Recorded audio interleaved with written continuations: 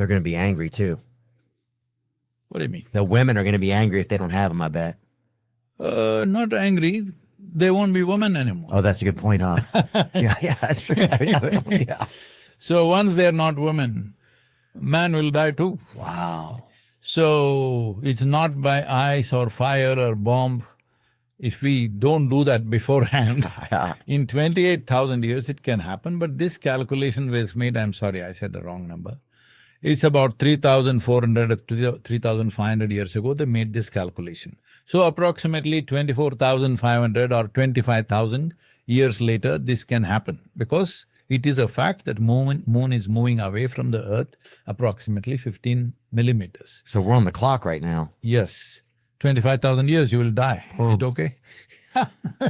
I'm already upset about it. This movement away from the earth need not be 15 millimeters. As it goes away, as earth's gravity's influence becomes less and less, it could start moving little faster. But they say approximately this can happen in 28,000 years at that time. Wow. So 25,000 years, let's say. So this is how we are right now, the form of our body, the shape and how it works, everything is very connected to the system in which we exist. So we have recognized 9 celestial bodies which have maximum influence on us.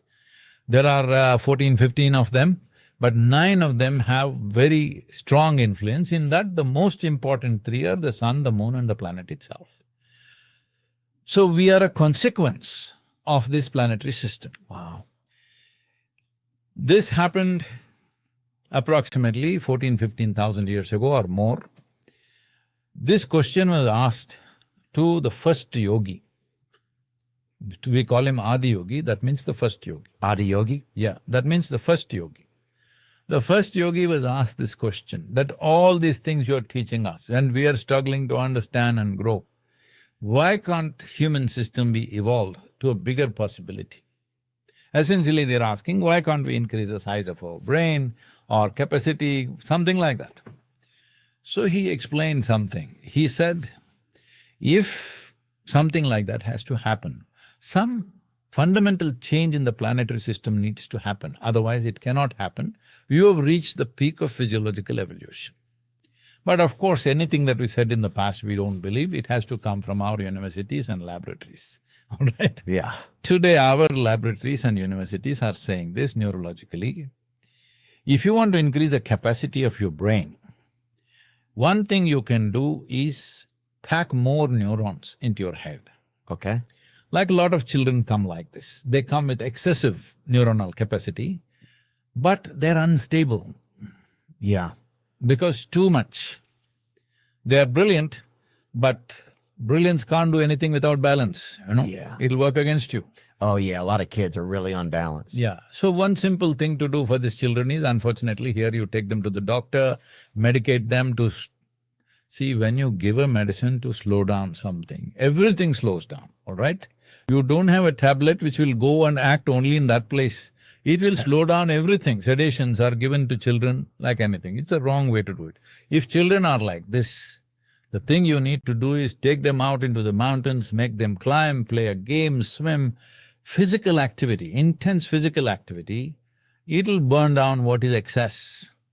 Or if you can teach them the classical system of yoga, it will do that very well. But if that is not possible, you have enough space in the United States, let them run in the mountains, let them swim in the river, whatever. Yeah. Physical activity to burn it down. Okay. Another way of enhancing the capacity is you increase the size of the neuron. See, right now as you sit here in a restful state, 20% or more of your energy is spent on your brain. Your brain is only this much. I'm sorry, that much, okay? Yeah, but it could be a little less over here too. So if your brain is this much, it's consuming 20% of the energy. This big body is consuming 80%. This much brain is consuming 20%. That is the nature of the brain. If you increase the neuron size, the volume of energy it will consume will be such, even your physical growth will not happen properly. Wow. And you cannot sustain that. So today neuronal scientists are explaining it this way, but way back 15,000 years ago, Adi Yogi said, unless there are fundamental changes in the planetary system, you cannot evolve beyond, but you can evolve consciously. I see. So physiologically, body-wise, we can't evolve anymore. We've If evolved. you're thinking of growing horns Right. or something, Or wings or something, yeah. that won't happen. Yeah. But the existing system is largely unused.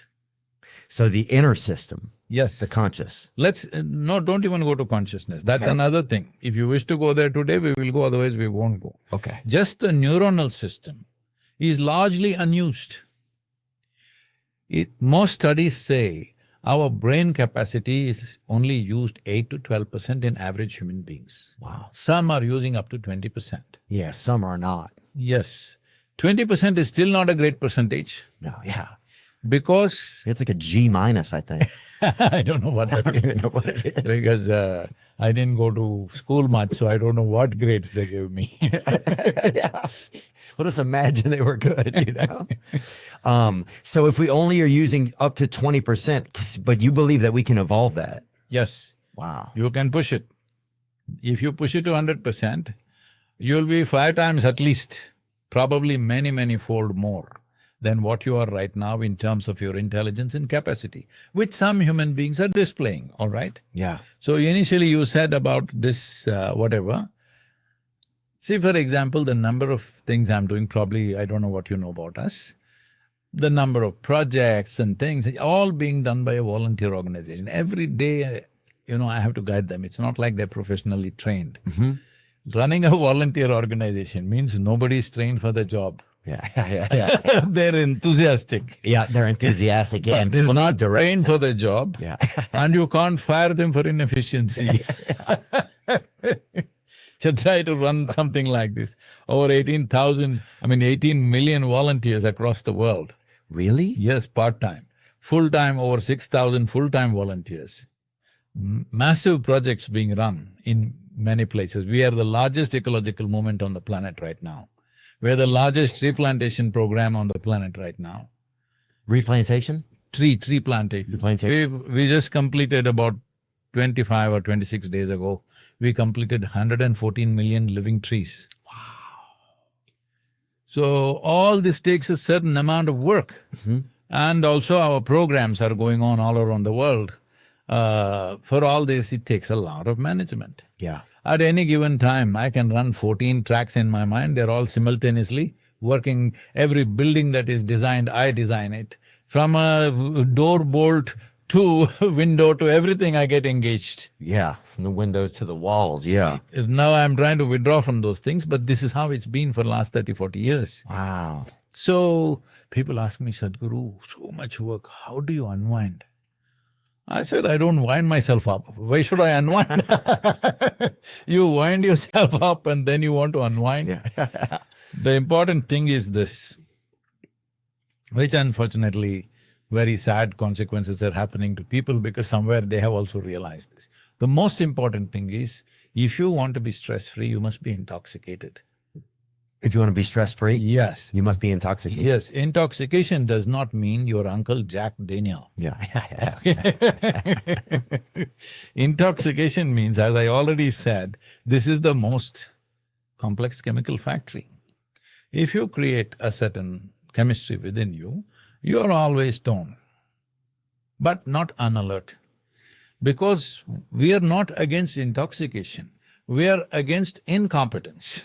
Yeah. So if you take chemicals from outside, either alcohol or drugs or anything, you become incompetent as to what you can do. There is no time or room for incompetence in this life because our life is very brief. For what possibilities human intelligence creates, what possibilities human intelligence can create, for that we don't have enough time. If you live to be 100 years, it's too brief. But have you noticed this? On a particular day, you're very joyful. 24 hours, poof, went off like a moment. Yeah. Another day you're a little depressed. One day goes like a eon. Yeah. So time is a very relative experience. So intoxication is important, but not from outside. But if just intoxication means you'll sit around, you need exuberance of life.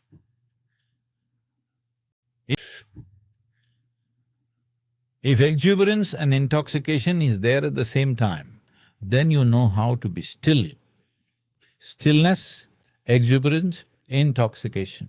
If these three things happen within you at the same time, life is like a breeze. No matter what is the situation,